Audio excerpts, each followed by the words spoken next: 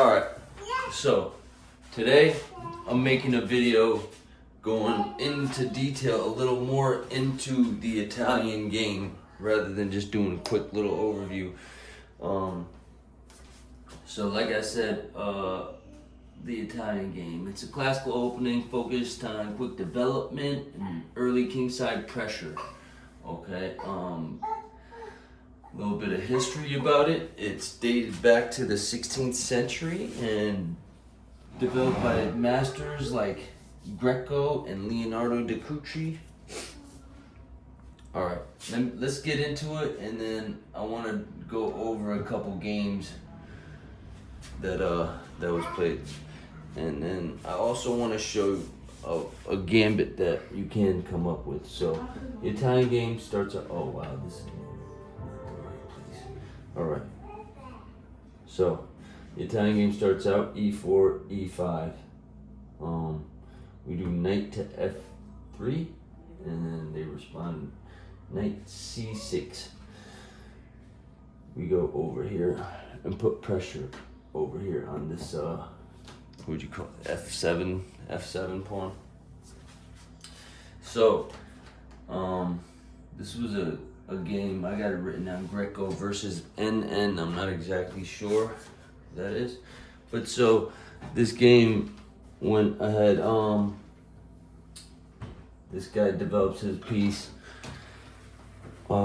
bishop, and so he goes over here. This knight comes out here. I want to see.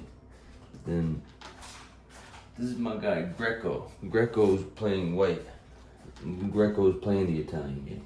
So he takes it back. This guy takes it back. At this point, bishop comes over here, says check. I want to say he puts his horse in the way. At this point, he takes that piece. This guy castles. Remember, they might be up a couple pieces after this exchange, but he's safe already. Okay. And so from here, black takes this piece. We obviously take back. Black takes back, and instead of just moving the rook to safety, that right there, I don't know if that's a brilliant or what that comes up on chess.com, but that will make a big difference in the outcome of this game. All right, so I just did queen to b3.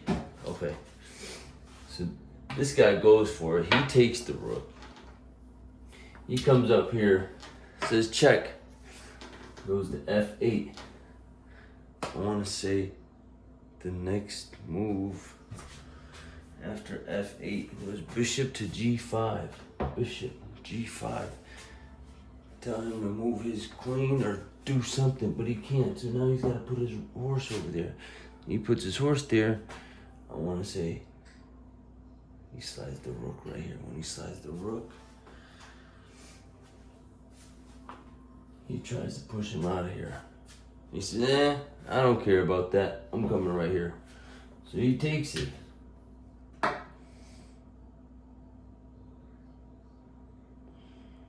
And then we go right here. So then after bishop to g6, bishop to g6, he goes d5.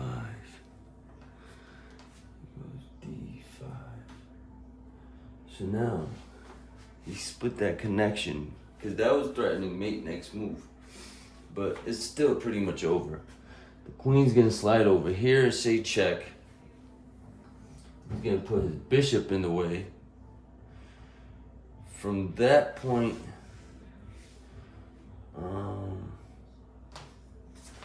he puts the bishop.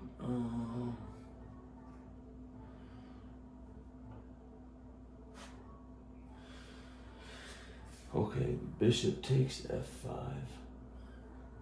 And black could take back at this point, but then the queen's just gonna take back. He's gonna be in check. He's gonna be in trouble. I thought that wouldn't have been the craziest, but there's still double checks and all types of things that could happen after that moment. Yeah, I mean, well, see, so if he doesn't move right here, and he does take back, and you end up taking back, and you think you could put that here, don't forget that check. So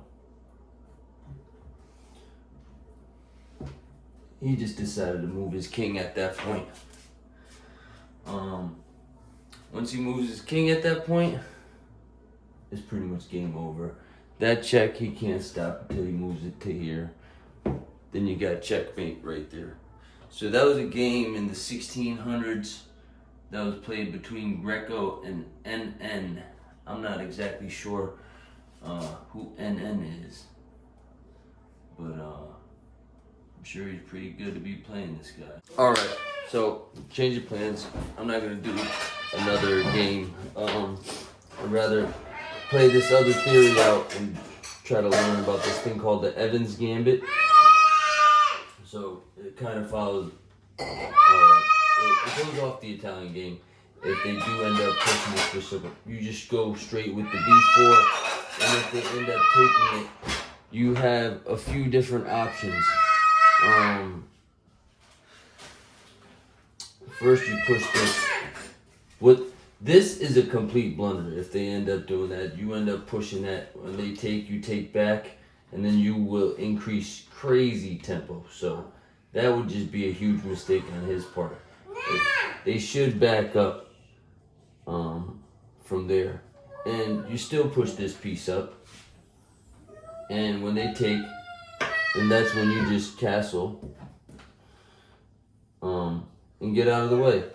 And if they do end up wanting to take again, no, matter of fact, if they play a safe move like this or something like that, you know, you attack this pawn, they castle, now you're threatening mate in one. You got three pieces looking at this one to his two, so he's gonna protect this. Then you end up threatening his queen, right, when you're over here, so he's gonna want to move, right? And if he ends up going here, then it's a complete blunder as well, because then you check him. You got so many checks. The game's going to be over in a matter of seconds after that point.